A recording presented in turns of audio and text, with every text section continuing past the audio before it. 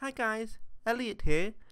Now what you're seeing is a 250mm deep 1U server case from InWin. I intend to build an Exxon E3 1240 V5 based server, and as you can see I am now pulling it out of my server. Here it was just resting on top of the patch panel, and as you can see it is a very shallow depth server. Now I purchased the rails to go with my server as it was too heavy to mount on the front tabs alone, and as you can see the rails are clearly too long, so I'm going to show you how you can cut the rails down to fit. Now what you're seeing is a 20-inch friction rail, and this part mounts into the cabinet itself. Now from here to here is 23.5 centimeters, and that is what I'm going to cut off and throw away. This part here that has a 45.5 on it is what I'll be keeping and mounting into my server cabinet.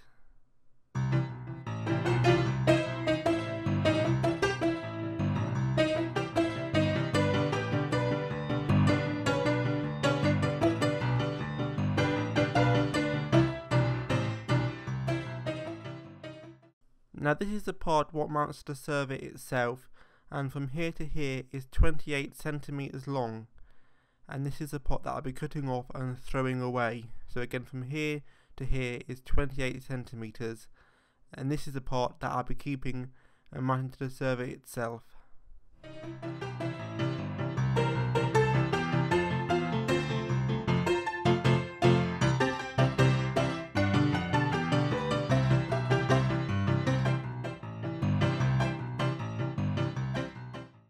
Now we also need to bend off the little metal tab here, and you can simply do that with a pair of pliers as I do right here. It shouldn't take long, just bend it back and forth and it will come right off. Now this is the bracket what mounts the rail to the back of the cabinet, and I shall be cutting the end off with a hacksaw. Now from here to here is 4.5 centimeters, and that is the part that I'll be throwing away.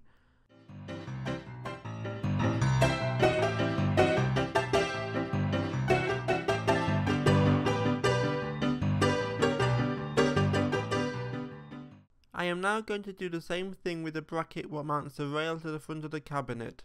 From here to here is 7 centimeters.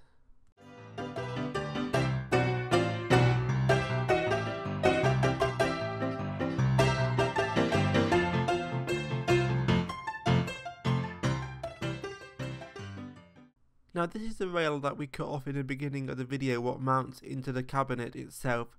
We're going to drill and tap 2 holes to M4 size.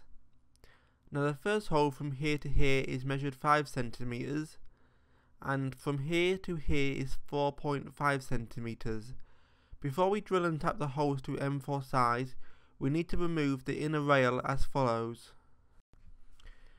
The rails are now mounted in the cabinet. Now it's worth noting there are 2 screws that were positioned roughly here and here that were protruding out, stopping the server from sliding in, so I simply ground them down with a Dremel. It is also worth noting the distance between the front and back brackets will be dependent on your cabinet's configuration. Now here you see me installing the server into the rack itself once the rails have been fully installed, and I simply align the server up to the rails and then push it in. Now initially it won't go in all the way as I need to press the spring release tabs on each side of the rails, as I'm doing with the right hand rail right now, and then the server will be able to be pushed fully into the rack as follows, and then that's the installation of the server into the rack complete. Lastly, it is worth noting, although only one rail was shown being modified in this video, the procedure for the other rail is identical. Anyway, thanks for watching and goodbye.